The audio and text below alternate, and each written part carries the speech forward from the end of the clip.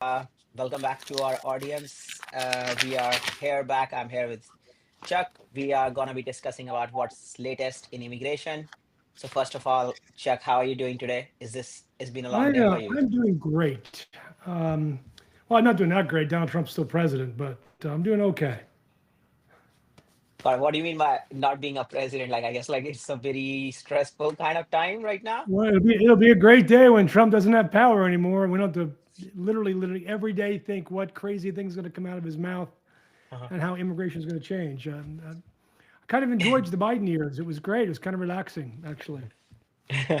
I kind of saw that you did made a few tweets this week. Like let's talk about that. Like did you were you like having some debates with ICE and Department of Homeland Security?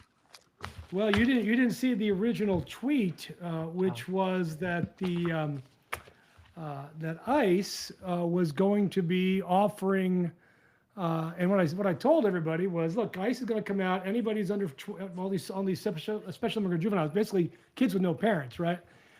Take this $2,500 and go home to 14 to 17-year-olds. And they came out and said Chuck Cook is wrong, and then they went and they admitted exactly what I said was right. So, and then the next day, Politico reported, yeah, Chuck Cook is right. Uh, so I don't mind being called wrong when I'm right. And I'm happy to be, I'm wrong if I was wrong, but I wasn't. And so DHS lies. This is what you get when you have an 18-year-old gamer running your Twitter feed. Who knows who that is? I doubt it's the queen of makeup that's running that feed. uh, there is a lot to unpack on on what you mentioned, but I guess like it does look like some young people have taken over the social media part. Even I was looking at the Gavin's tweet. He has this newsroom, which is a little bit look like the young people are Oh, taking there's no over. doubt. I mean, you don't have boomers or Gen X people running that feed. Uh, You don't, right? So it's uh, all about snark. It's all about being mean. It's all about ginning up hate. Yeah, this is like perfect for this generation that thinks Trump is the greatest thing since the invention of sliced white bread. I guess He's like what not, you're. by the way. He's Mhm. not the greatest thing, by the way, in Yeah. case you're curious. He's destroying America, but you can't see that because you're too young. You don't know how it used to be. But I get it. Yeah. I guess like I think maybe like we can talk a little bit about like what are you seeing? I guess maybe the primary part of this discussion today is can be the litigation. So first of all, congratulations on Well, getting let's talk yes, about some of the litigation that's going on. Of course, Trump yes. announced this absolutely baseless new tax on H-1B visa holders entering the United States. Now, Trump. The thing you have to understand is that Trump's authority to do this in his mind comes from a section of the law called INA 212F. 212F says Congress gave to the president power to suspend the entry of an individual or a group of individuals to the United States. And Trump versus Hawaii said, yeah, president could do that, but he's got to have a legitimate reason. That was the Muslim ban, right? And they, just so you know, they had to go through three different Muslim bans before they got to one that the Supreme Court said passed muster. Still don't think it passed muster, but whatever. This time, Trump is not banning people. He is just saying that you have to pay a $100,000 tax.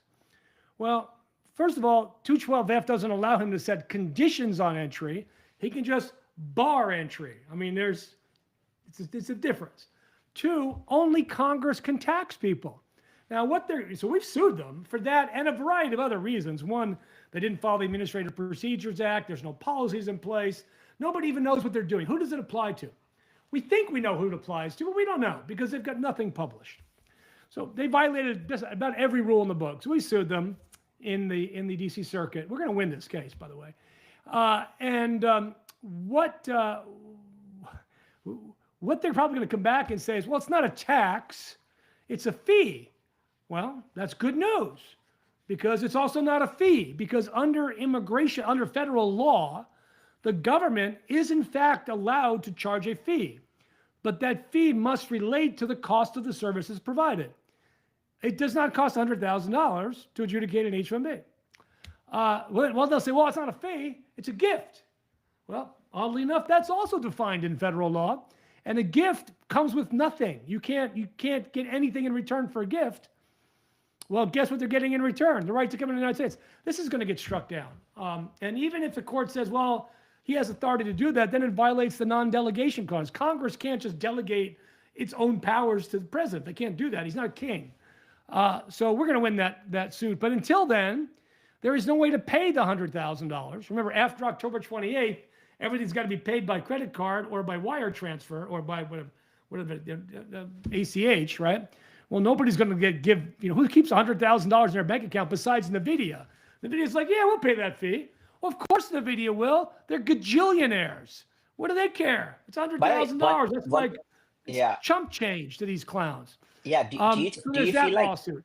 by the way, did this explicitly, Ginseng said this, that he's gonna actually be open to paying? Because I guess like sometimes the media highlights can be, Yeah. just The like head of in NVIDIA generally. came out and said, we're going to keep filing H-1Bs because Got they it. need to. They don't have the Yeah, talent here to run what they're running, right? yeah. So that that case will go on. That's going to take till the end of the year to resolve, probably, because the government does have 60 days to resolve. We don't, because they're not charging it yet. We can't file a TRO or an injunction because it's they announced it, but it's not in place. So we'll see. And maybe that's why they're delaying. I mean, their lawyers probably going, you people are stupid to do, you're just stupid.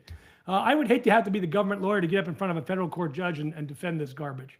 I'm really looking forward to the day we get up in court and get to argue the case. So there's that case. The other case that we have going, Atal, is we have filed. So when I say we, I mean our friends at Impact. So Impact is so in the H-1B suit, it's Impact, along with the Justice Action Center, Karen Tumlin, Esther Sung, great lawyers. We've got Democracy Forward on board with Helen Goldstein. There's just a really great powerhouse lawyers on this case.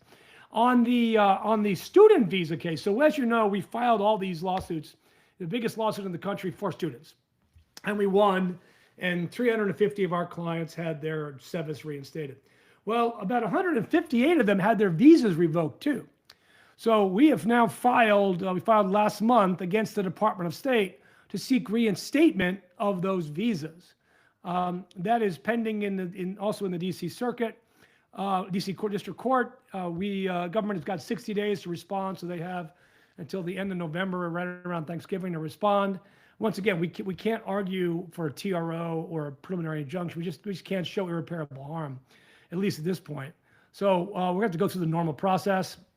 Again, that case is more interesting because does the State Department have authority to revoke visas? Yes, they can revoke visas, but there's a process. Our argument is there's a process, and they didn't follow the process. Now, subsequently, they changed the process to be what they did, but when they revoked the visas, that process was different, and they didn't follow it. So we'll see. We'll see about that case. It's worth filing it. We're also about to file, it's not just about H's, right? So we're about to file a couple cases for Iranians. We've got a collection of fiancés from Iran that are being denied visas. Well, they're supposed to allow spouses, immediate relatives of U.S. citizens. K-1s are treated in every respect as immediate relatives. So why aren't they doing it? So we're waiting to get enough plaintiffs. We're going to be filing that the end of the month. We've got a couple other lawsuits kicking around as well. And then finally, DACA. We got people on DACA that watch this. The DACA lawsuit, the government was supposed to respond by October 26th, but they've had their deadline postponed for however as many days as the government is closed, which kind of sucks. But one thing that's come out of that suit so far is that USCIS has taken the position with the judge that they're going to go start adjudicating all the DACA cases for people that filed back under Biden, and there's 90,000 of those. But after he makes a decision, except for those in Texas. And people in Texas are, we'll see what Hannon does, but they're probably screwed. All right, so make plans if you live in Texas. There are so many lawsuits. You've got the habeas lawsuits The Board of Immigration Appeals ruled last month that if you came in illegally, even like 30 years ago, you can't get a bond if ICE arrests you. Well, that's unconstitutional. That's illegal. So there have been, I don't know, several hundred petitions for writs of habeas corpus. Habeas corpus is the oldest legal motion. Habeas corpus means produce the body, give me the body. And basically, you sue the people that hold him, ICE or the jailer, to explain to the judge why you're holding him. And so far, ICE is 0 for 60. They've lost the first 60 cases that have come out against them on this case. So it's really great to see the government getting pounded left and right. You don't hear about it because the media doesn't report on these kind of esoteric cases, but the reality is that's how we get our nation back, is we go after these little cases that make a big difference in people's lives. Amazing. I guess that's actually a lot happening within I guess the since the last conversation. It's been not even 2 weeks since we talked about this. I mean, I guess one part of our audience happened to be all the H1B people work on the proclamation and trying to understand. I think you touched it. Okay, this is gonna be struck down. How does actually this process works? Because I don't think a lot of people have an idea about how do you kind of argue with the government when executive order comes through, what it means in terms of timelines. Is there anything, I mean, is there a premium processing option here? We don't know about that, so things like that. Well, let me just tell you what we think we know so far Mhm. on this. What we think we know is that this fee only applies to people who filed on or after September 21st, 2025, and they were outside the United States. Because it's an entry ban, right? So it can't be for somebody who's inside the United States. It's got to be an entry ban. So that means that anybody who has had an H-1B is fine. You can travel, you can come back in, you're okay. Anybody can change status. We have word now, they've already approved changes of status, extensions of status filed after September 21st. So again, because they were inside the United States. So if it applies to anyone, it applies to people outside the United States, because it can't legally apply to anybody else. So if you can get here as a student, for example, you can change your status and this fee doesn't apply. It's still an illegal fee, all right? That's all. It's still an illegal I fee. guess But as Ashok, I far think as the the question. lawsuit itself, there is Yeah. no timeline. I mean, this isn't Mhm. like I can pay the judge extra money and get it faster. It doesn't work that way. We are on the judge's timeline, and that is whatever it is. Got it. I mean, when you say it could be whatever, could it be we know till December or March of next year or April? No, I When think do you? the earliest we see any resolution is at the end of the year. I think it'll go a little bit beyond that, which is normal. No, now the next thing they're going to do, by the way, they're going to come out.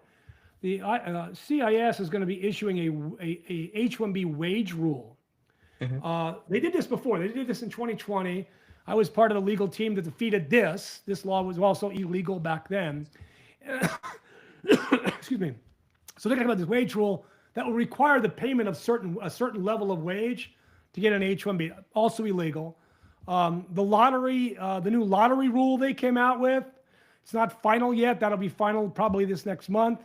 There'll be a lawsuit on that. That's also illegal. You can't structure the lottery to give advantage to certain people based on wage. There's no legal authority for that. And the interesting thing, especially if you read the proclamation on the 100,000, they're just making stuff up at this point. They're just making stuff up. They ignore mountains of evidence to look for a little tiny molehill. And the whole $100,000 thing was all about basically job shops, which are I think 15% of H-1Bs. But what about all the doctors and nurses? That's why our plaintiffs are, hospitals, nurses, schools, individual researchers. We don't have any tech people. You also know why we don't have tech people at all? Because they were too scared to come forward. So they're letting other people fight their battles for them. I mean, it's really, if you don't have the guts to stand up to this guy, shame on you. Shame on you. You think he's going to be president forever? He's not. He's not. He's Yeah. gone in 3.5 years. And we won't forget, by the way. We are not forgetting who's on our side now. Got it. So I guess like I mean I think what I see from happening from the corporate is like they know about that he retaliates. So I guess like maybe that is why some of them are not coming up. But So let like him some retaliate. Have yeah some courage. Grow a yeah pair. Have the courage of these wonderful plaintiffs that have stepped forward. Mostly women, by the way, just in case you're curious, who aren't going to put up with this stuff. Call out the BS. I mean, there's lawyers willing to step up. You don't think I don't get death threats? That I don't get hate mail? Trust me, I do. Who cares? I got DHS calling me out. I don't care. I'm not afraid of these guys. I've done nothing wrong. I'm literally operating within the bounds of the law. Well, okay. Beat me in court. I'll definitely. see you there. Um I guess like one thing about this H1B is like about this cap how the cap exempt funds are going to be impacted versus not. Do you know anything Everybody's about? affected. Okay. Everybody's impacted. In fact, it's the cap exempt that are going to be hurt first, right? Because Mhm, there are no new H-1Bs from abroad mhm. for anybody else until April. So it's all the cap exempt, which of course are universities. And Trump hates. I don't know why Trump hates universities so much. He must have had a really terrible time in college. I mean, I Mhm, don't know how bad it was. Somebody else taking his tests for him. I don't know how bad that had to have been. mhm. But he truly hates colleges. It's funny because they're all Ivy League guys. Yeah. They rail against Harvard and Yale, and that's where all these guys went to school. I mean, what a joke!